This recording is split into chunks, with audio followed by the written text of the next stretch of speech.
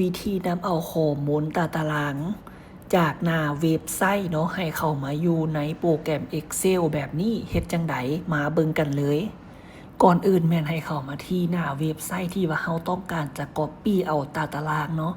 แล้วหลังจากนั้นให้เราคลิก Copy Link จากหน้าเว็บไซต์แล้วให้มาที่โปรแกรม Excel ที่เราต้องการจะเอาข้อมูลมาวางให้เลือกที่แท็บ Data แล้วมาที่คำว่า Get Data แล้วให้เลือก Form After Sort แล้วกดเลือกที่ Form Web แล้วหลังจากนั้นจะมี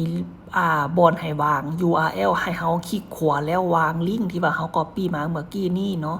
แล้วก็กดปุ่มโอเค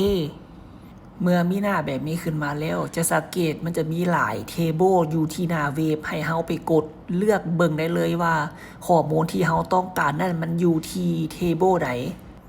จากในคลิปตัวอย่างนี้ตารางที่ว่าเฮาต้องการข้อมูลจากหน้าเว็บแมนอยู่เทเบิลที่5เมื่อได้ข้อมูลที่เฮาต้องการแล้วหลังจากนั้นกดที่ปุ่มโหลดได้เลยเพียงเท่านี้เลยข้อมูลจากหน้าเว็บก็จะมาแสดงอยู่ที่ในโปรแกรม Excel ให้เฮาแบบนี้เลยโดยที่เฮาบ่ต้องไปสร้างตารางใหม่